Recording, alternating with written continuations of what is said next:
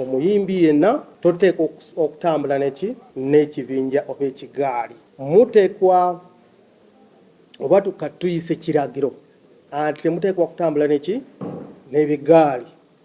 Oteekwa okutambula oba okubeera, kubanga tumanyi mwagala security, okubeera n'abantu abatawera okusuka 5. Abantu abatasuka 5 nga muno erimu DJ, kubanga abayimbi bonna babeera ne DJ yawe,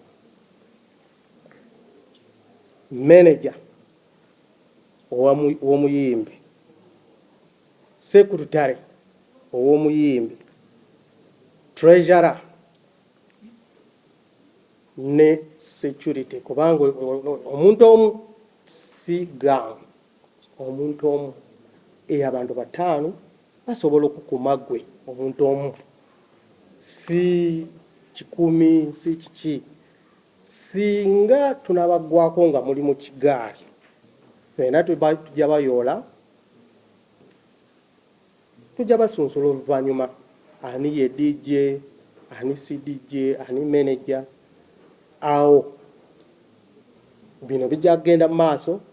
Kasita gw'oli eyo ng'olongamba nti nze ngenda kutambula